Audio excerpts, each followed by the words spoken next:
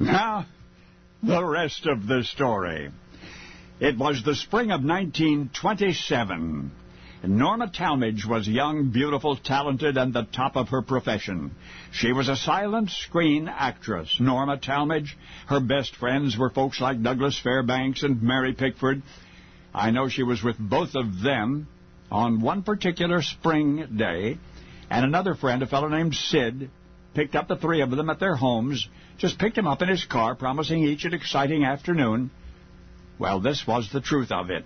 Sid was building a new establishment in town, and he wanted Norma and Mary and Douglas to visit the construction site. I want you to visualize this now. 4 show business friends, Norma Talmadge, Mary Pickford, Douglas Fairbanks, and a man named Sid, all piled into Sid's car for an afternoon outing, and only minutes later, Norma Talmadge would have an accident. And that mishap would make show business history. That mishap is the rest of the story. By the age of 34, Norma Talmadge was washed up as a screen actress. After having appeared in more than 100 silent movies, she was unable to make the talkie transition. She became a casualty of advanced technology. Norma Talmadge was beautiful, remarkably talented, equally capable in comedy and drama and romance, stunningly graceful. She was once called the greatest pantomimist ever to draw breath. And yet her voice, well, Norma's voice just did not measure up to her admirers' expectations. Her first talking picture, filmed in 1930, would be her last motion picture of any kind. Ironically, Norma Talmadge then chose a new career in radio.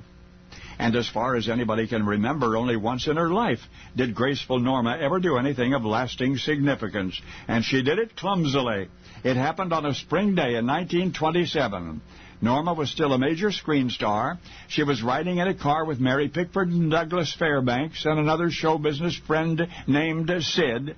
Sid was building a new establishment in town, and he wanted Norma and Mary and Douglas to visit the construction site.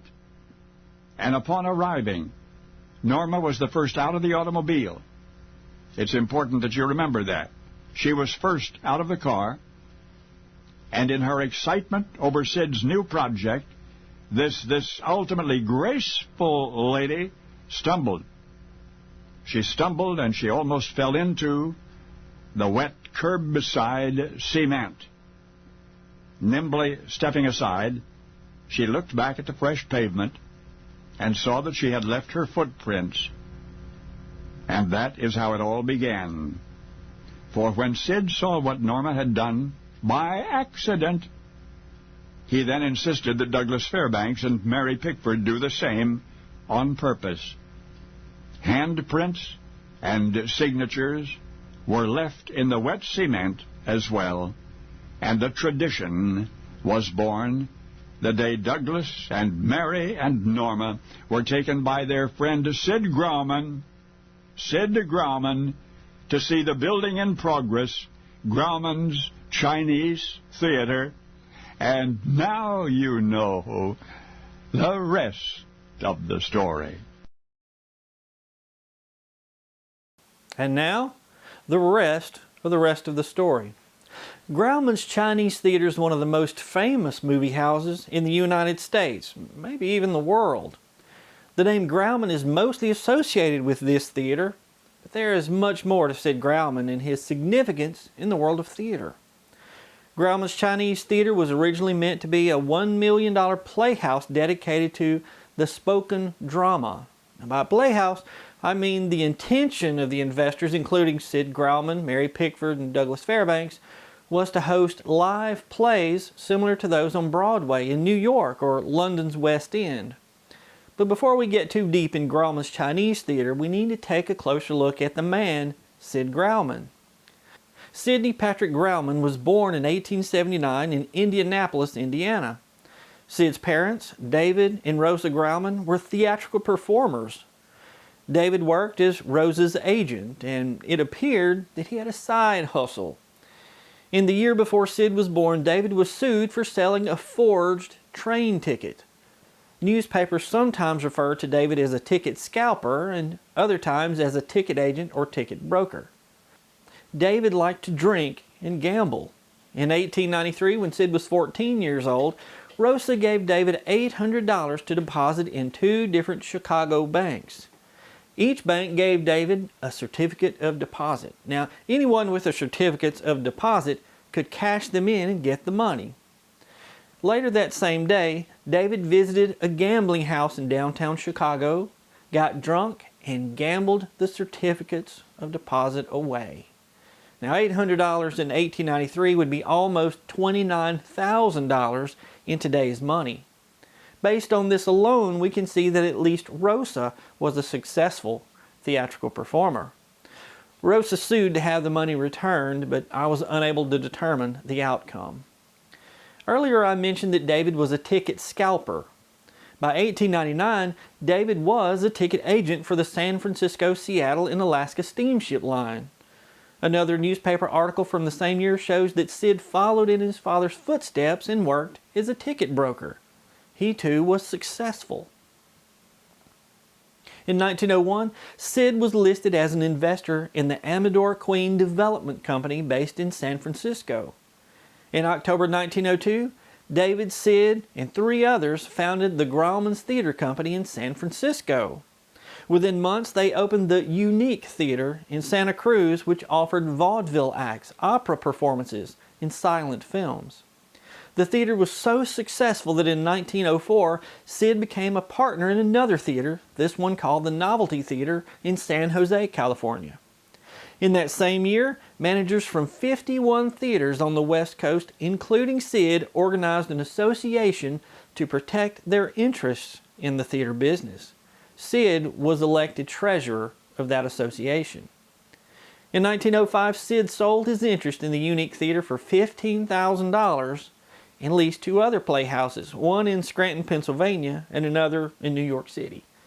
Adjusted for inflation, $15,000 would be about $5.5 million in today's money. In the following few years, he managed the National Theater, the Globe Theater, the Empress Theater, and several others in San Francisco. Sid had become rich largely due to live vaudeville performances in his theaters, but in 1917 he changed his focus to motion pictures. They were on the cusp of technology. He began converting and rebranding his theaters. In March 1917, Sid held a grand opening for the newly refurbished Strand Theater with the Mary Pickford film, A Poor Little Rich Girl. He had also built what he called Grauman's $1 Million Theater in downtown Los Angeles. He called it the $1 Million Theater because he claimed it cost $1 million to build, but that could have been an exaggeration for marketing purposes. On February 1st, 1918, Sid opened the theater with the silent film fittingly called The Silent Man. Thousands more tried to get tickets than were available. It was a huge success. In 1919, he opened Grauman's Rialto, what he advertised as the world's most beautiful little theater. 4 years later, Sid opened Grauman's Metropolitan Theater, and for many years it was the largest theater in LA. It seated 3,600 people. More often than not, it sold out.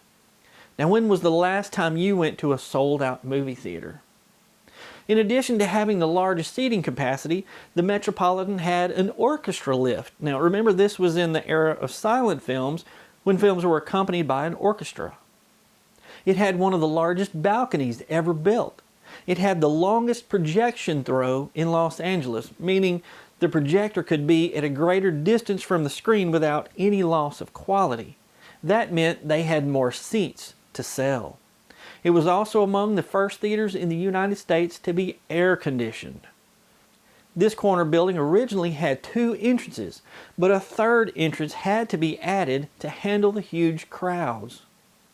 In October 1922, Sid opened the first of his movie palaces on Hollywood Boulevard. It was called the Egyptian Theater. On October 18th, the grand opening of the Egyptian Theater made history when it held the world's first film premiere, as we know them. That film was Robin Hood, starring Douglas Fairbanks. Costumed actors and actresses welcomed guests and mingled with them. The whole place was decked out with medieval decorations. Tickets for the premiere cost $5 a seat. Adjusted for inflation, that was just under $100 per seat. To avoid competition, Sid worked out a deal in which the film Robin Hood would only be shown in his theater in Los Angeles that year. It was wildly successful. Sid used the plan again in 1923 when he held the premiere for The Ten Commandments. Then again, The Thief in Baghdad in 1924, and The Gold Rush in 1925. In that same year, 1925, Sid began building another movie palace a little further west on Hollywood Boulevard. Sid expected the 2,500-seat theater to cost $5 million.